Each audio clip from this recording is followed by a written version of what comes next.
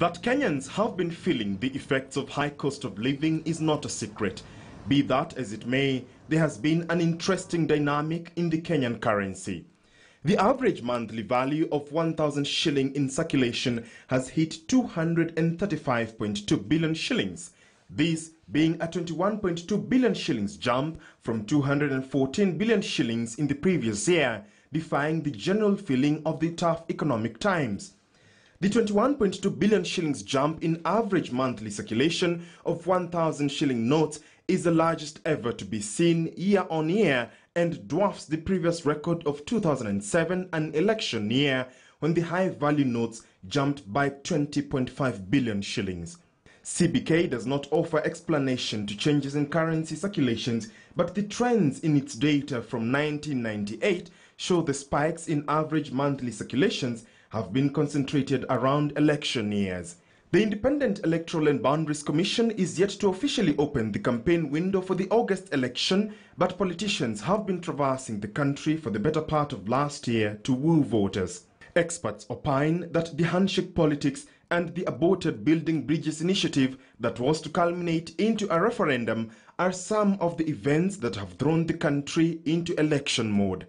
Analysis by the Standard show, for instance, that in 2007, an election year, an additional 20.45 billion shillings packaged in 1,000 shillings notes was added into the economy. The 20.45 billion shillings was the sharpest ever jump by then, overtaking jumps of 10.64 billion shillings that was seen in 2002 when Mwai Kibaki defeated Uhuru Kenyatta to become the president. The value of 1,000 shilling notes in circulation fell by 2.67 billion shillings the following year as election fever subsided, only to peak by 20.45 billion shillings in 2007 when Kenya held another general election.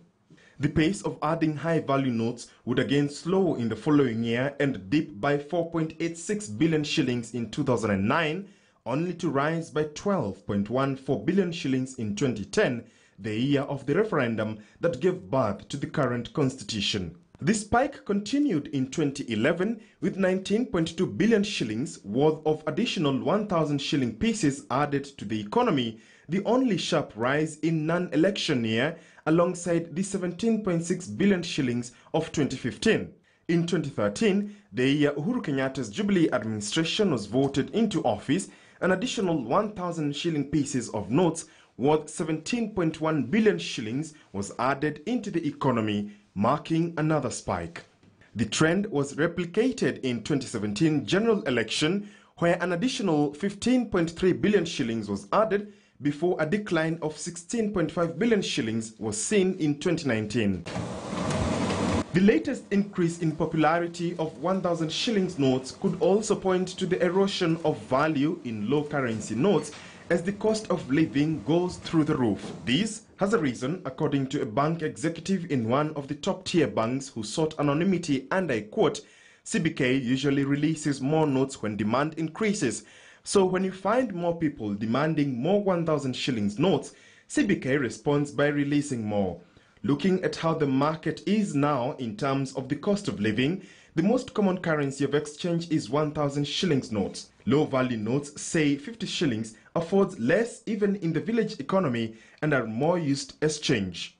Regulators in markets such as India, where a higher than average increase in banknotes in circulation was witnessed last year, linked this on precautionary holding of cash as a store of wealth in the pandemic period. High-value notes have been linked to corruption in many markets, including Kenya, since they are relatively convenient to store in the house for those seeking to remain below the radar of financial system checks. CBK in 2019 demonetized old 1,000 shillings notes and replaced with new ones in an exercise that saw 7.4 billion shillings rendered worthless. All right, so missing dollars in the local market and of course the increased 1,000 shilling